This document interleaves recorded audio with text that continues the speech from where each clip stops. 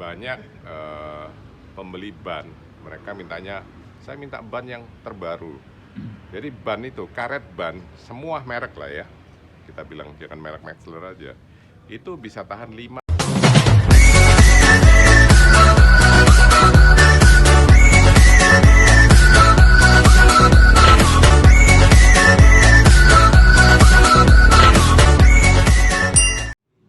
Selamat pagi guys. Pagi hari ini saya ada di Bandungan, Jawa Tengah, dekat Salatiga. Kebetulan ketemu dengan Koko Jimmy Metzeler. Kita panggil Jimmy Metzeler. Bukan ketemu, memang kita berangkat bareng.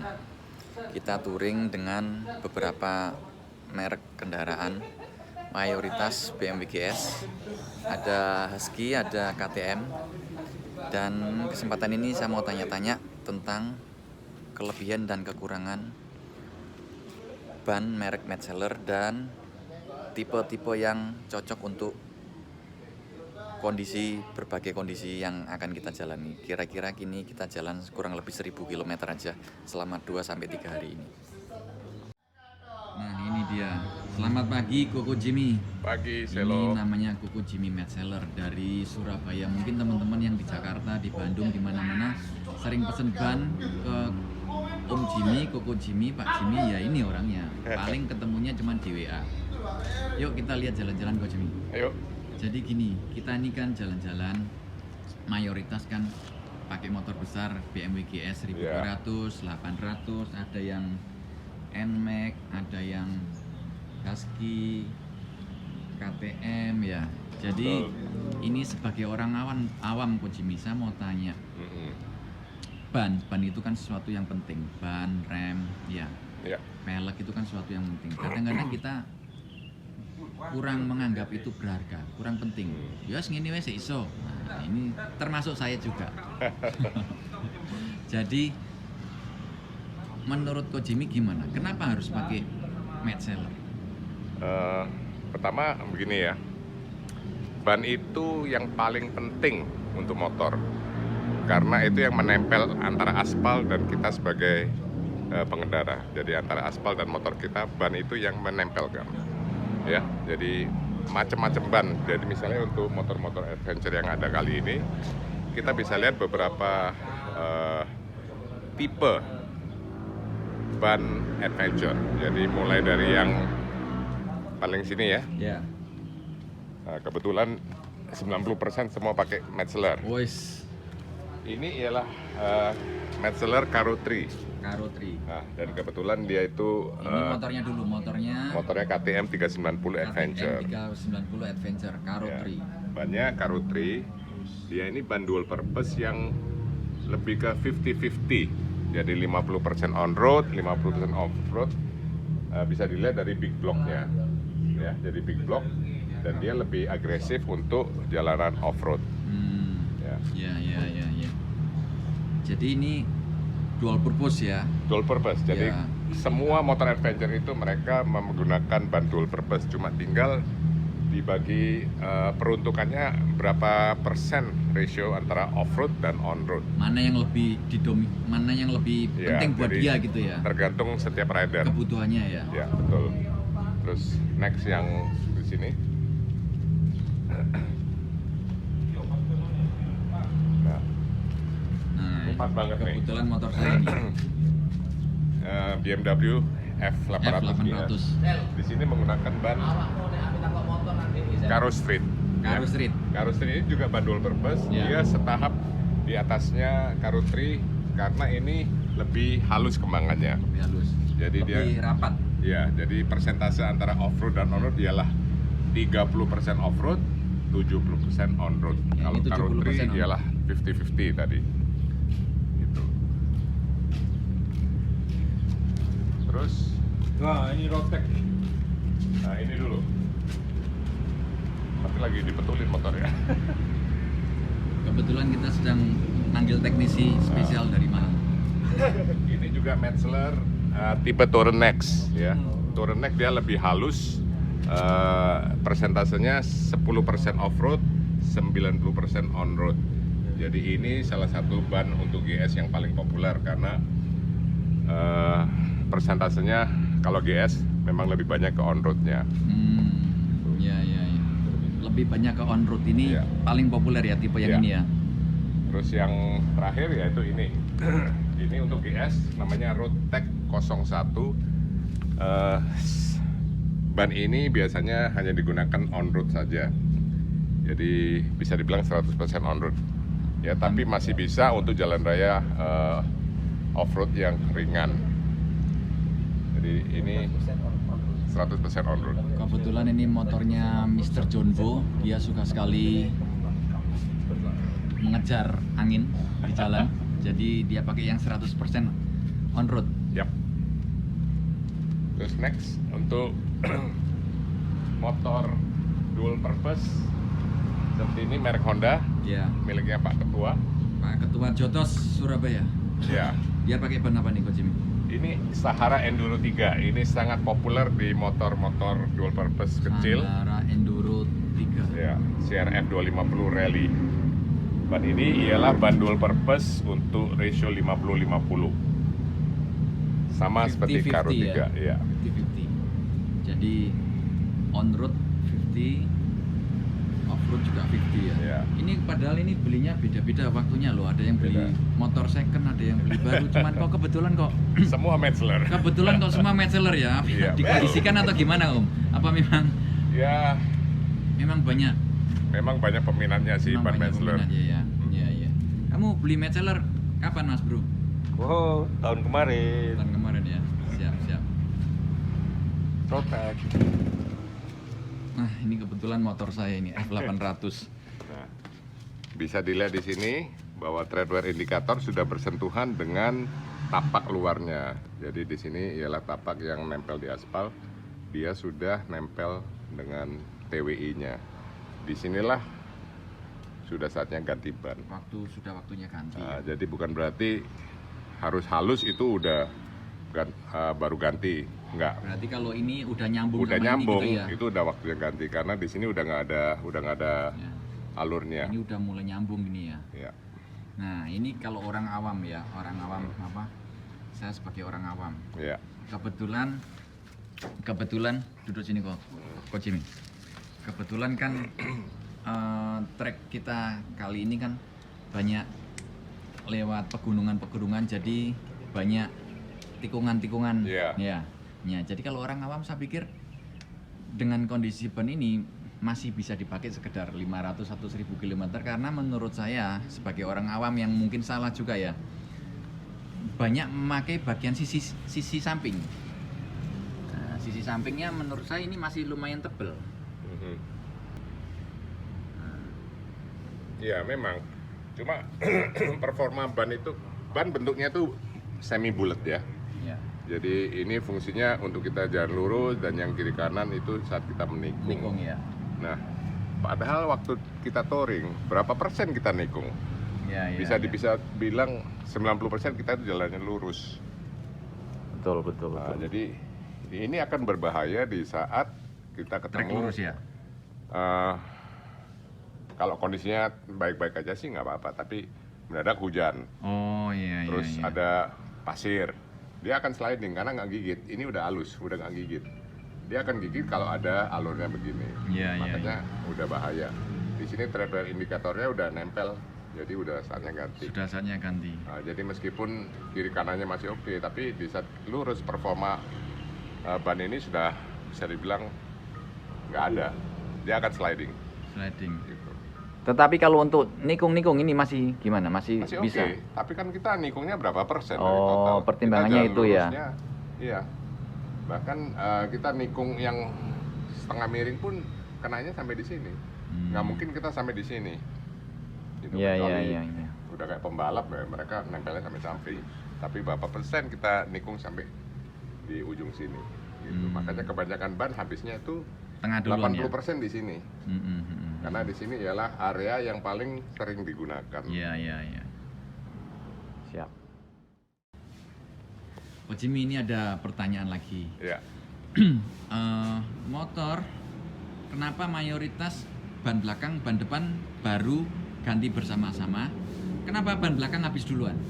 Ya karena motor itu gerak rodanya di belakang. Di saat kita keluar tikungan, kita pasti buka gas. Dan Iya. di situ ialah dengan tarikan begitu otomatis gesekan bannya lebih banyak. Nah kalau bagian depan biasanya hanya di saat kita mengerem, tapi kita lebih banyak buka gas. Memang mayoritas Pasti. belakang habis duluan ya, Iya. kecuali jadi pembalap gitu ya. rasionya mungkin sekitar 1,5 ban lah. Tapi sebaiknya di saat ganti ban kita harus ganti ban sepasang. Oh, bareng ya. Karena gripnya ban baru sama bekas itu beda. Meskipun yang depan masih bagus Coach Jimmy. Biasanya kita nggak bisa tahu berapa persen. Jadi misalnya belakang udah habis, depan mungkin masih sisa 50%. Iya. Terus kita ganti ban belakangnya. Iya. Dengan depan udah 50%. Yang belakang 100%. Ya, jadi di situ gripnya beda. Jadi kedalaman threadnya juga beda, gripnya juga beda. Nah, nikung nanti akan goyang. Itulah sebabnya kalau bisa sebaik mungkin Ganti ganti ban ban itu sepasang. bersamaan ya. Ya. Iya, iya. Karena nanti belakangnya masih bagus, nanti depannya udah ganti. Siap, siap. Dan begitu. Saran saya sih begitu untuk ban ya. Siap. Kalau segi usia, kalau tadi kan dari sudut kilometer ya Coach Jimmy Iya. ya. Nah, kalau dari usia itu misalnya ban baru produksi, masih fresh baru keluar dari toko, rata-rata minimal sampai dipakai sampai ban dinyatakan mati. Ya, jadi Itu. begini, banyak pembeli ban, mereka mintanya, saya minta ban yang terbaru. Jadi ban itu, karet ban, semua merek lah ya, kita bilang jangan merek Maxler aja, itu bisa tahan 5-7 tahun, tergantung penyimpanan dan pemakaian.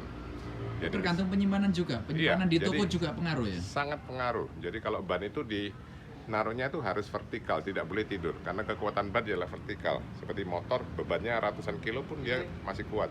Tapi kalau horizontal dia kurang kuat. Jadi naruh ban harus Berdiri. vertikal.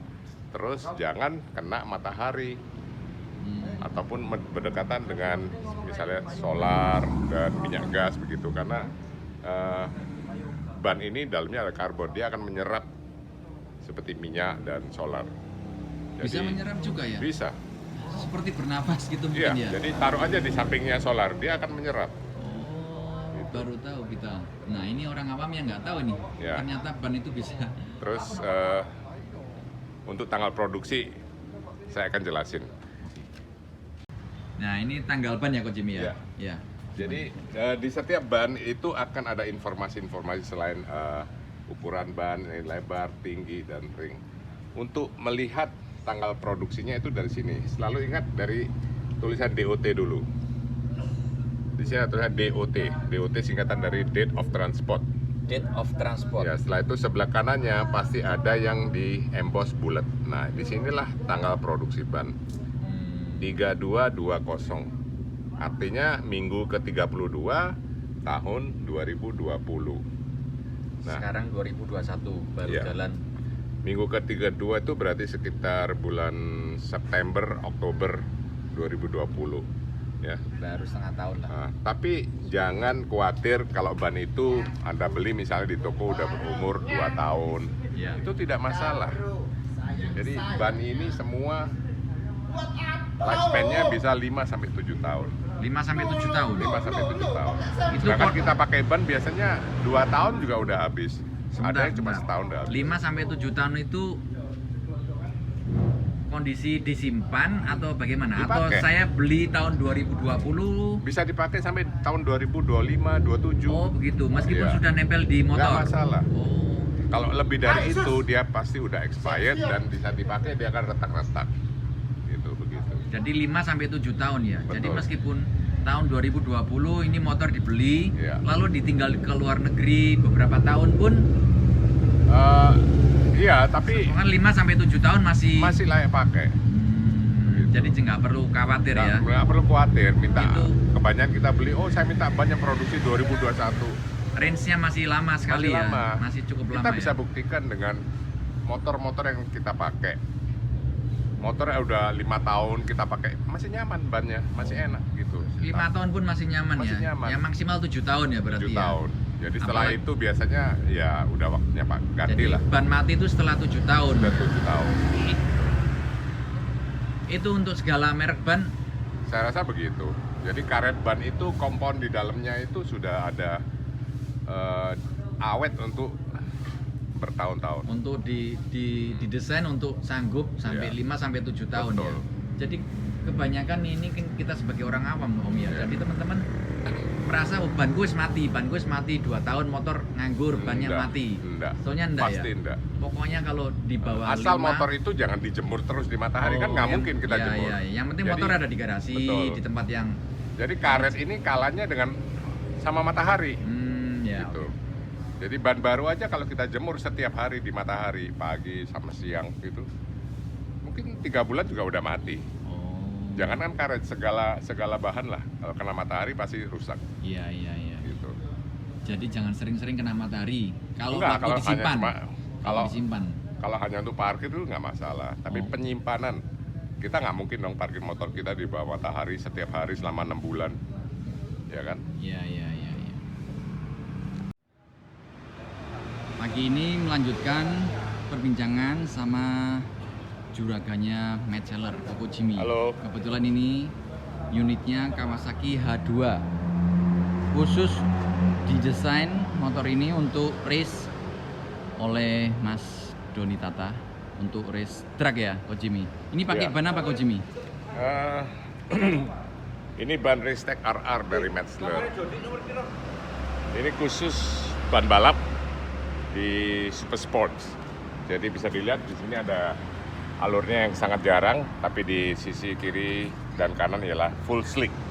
Jadi pada dasarnya ini ialah ban slick, tapi karena regulasi FIM balap dunia mereka mengharuskan bahwa ban balap super sport diharuskan ada alur, makanya tetap ada alurnya.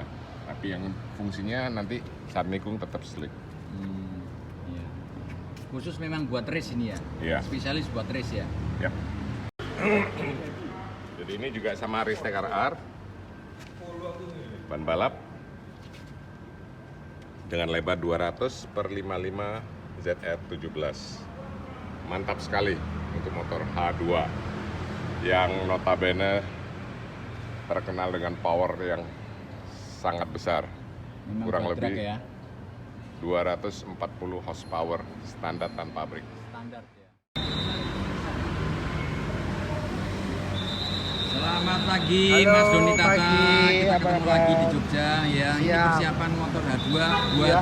drag kapan ini Mas? Buat drag harusnya minggu ini, Harusnya minggu ini ya. tapi dipending karena belum kondusif keluar izinnya mungkin ya, jadi belum, hanya saya pakai untuk latihan dulu sekarang. Latihan dulu ya. Bener. Sudah latihan berapa hari, berapa minggu selama ini untuk Baru persiapan sekali ini? di Baru Pantai sekali ya Depok kemarin. di Jogja ya. Bener. Gimana performa untuk motor H2 Motor ini Mas? H2-nya udah Dari Java ini? cukup ready ya. Kemarin latihan start, cek semuanya, settingan suspensi, terus biasain lagi untuk launch controlnya start, semua aman, dan tentunya saya percayakan dengan ban atau kompon ban Magellan. Oh, pakai Metzeler juga ini ya? Racetech RR untuk latihan, kalau Ya. yang untuk balapnya aku pakai yang slick. Oh, beda lagi nanti ya. Betul. Latihan sama balap beda lagi ya. Beda. Tujuannya apa Mas? Tujuannya ya Kok untuk beda? biar lebih awet aja sih pakai Oh, yang gitu ya. Racetech RR. Kalau untuk yang slicknya dia gripnya juga lebih bagus, tapi lebih boros. Oh, Dia lebih soft bagus tapi lebih compound. boros ya, karena soft compound ya. Betul. Oke, siap. Terima kasih banyak Mantap. Mas Doni. Kalau ke Semoga Jogja jangan lupa mampir ke Pulang ke Utara ya. Oh, pulang ke utara. Siap, Ya. siap. Oh ya, bengkelnya Mas Doni. Oh. Bengkelnya di Jalan Magelang, ya, Doni Tata Racing KM14, Nah, M14. depan RS Murangan. Dia mengerjakan apa aja Mas? Untuk Ya, motor apa aja nih? Enduro, Supermoto, Moge, semua Moge, motor. semua motor ya, termasuk bangun motor juga ya? Betul. Bangun motor juga ya. Yes. Terima kasih banyak Mas, sampai Siap. ketemu.